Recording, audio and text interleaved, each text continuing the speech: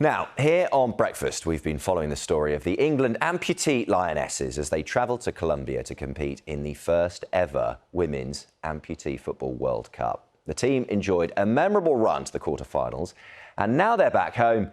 I went to catch up with them.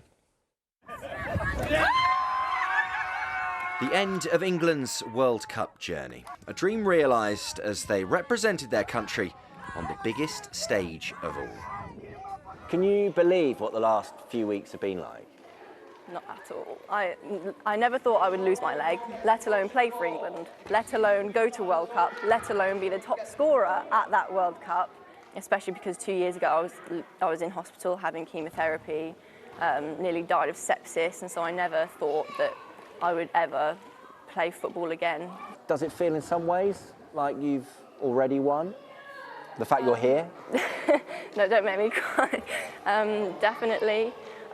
Even though we lost at the quarterfinals, that didn't feel like a loss for me. Losing my leg was a loss, and finding out I had cancer was a loss. But when I was out there with my teammates, I felt at home with my family. It was so much fun. We loved every second. And now, having returned from Colombia, it's a chance to share their experiences with some of the charity's junior amputees who've set their sights on emulating their achievement. I'm going to go to a World Cup. And how many goals are you going to score? 109. 109 goals! Amazing. She's confident, Serge. Very much confidence. For other children who've grown up with a limb difference, being part of the junior programme means they don't have to give up on their footballing dreams.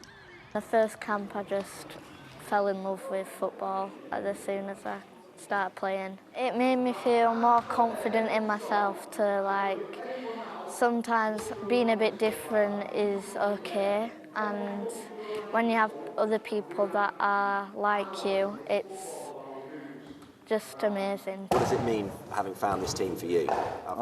It's changed everything. Being able to say you've played for your country. It might have happened not having this, but the chances were it wouldn't have happened, and now it has happened. So it's changed everything. Changed absolutely everything. And changed your life for the better? Yeah, definitely, yeah. As individuals, they've overcome huge personal challenges. As a team, they face the ongoing uncertainty over funding, with the charity reliant on donations.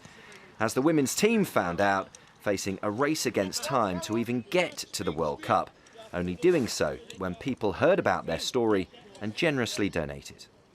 Yeah, although we're incredibly grateful for people's generosity to get us to this tournament, and also the same with the men's team, we need to have financial stability as a charity to give these juniors that aspiration to go and represent the country and really put amputee football on the map in this country. We are a charity.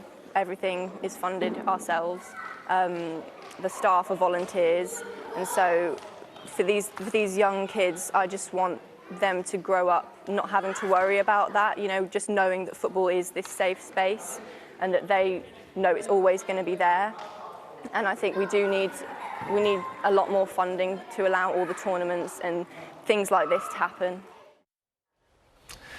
So there we go, they're back. And you can see, obviously, Annabelle still buzzing after that World Cup experience. But they're looking to the future, aren't they? And they're kind of thinking what comes on the horizon. And when it comes to kind of getting to those major tournaments, they're representing their country. They just want to know that that is going to happen. It's the pinnacle, isn't it? Representing, be it the men's side or the women's side. They want to know that getting there is a guarantee almost, if you're playing for your country. And at the moment, that's not necessarily the case. I love the fact that they're back, but the work continues. The work continues, and it's been lovely. And that was the lovely thing about being down there, seeing some of those junior players as part of that junior programme and just seeing them with Annabelle there, that sort of aspirational figure, and hoping themselves that they could go on and emulate that and potentially get to a and some of the other members of the team. I mean, they're such characters. It was great, and they loved it. They absolutely loved it. They had the best time. You could see how much they loved just that togetherness of being there. Some great experiences and memories made forever, that's for sure, yeah. Brilliant stuff. John, thank you for bringing us that story, because that's been gorgeous to watch. Thank you.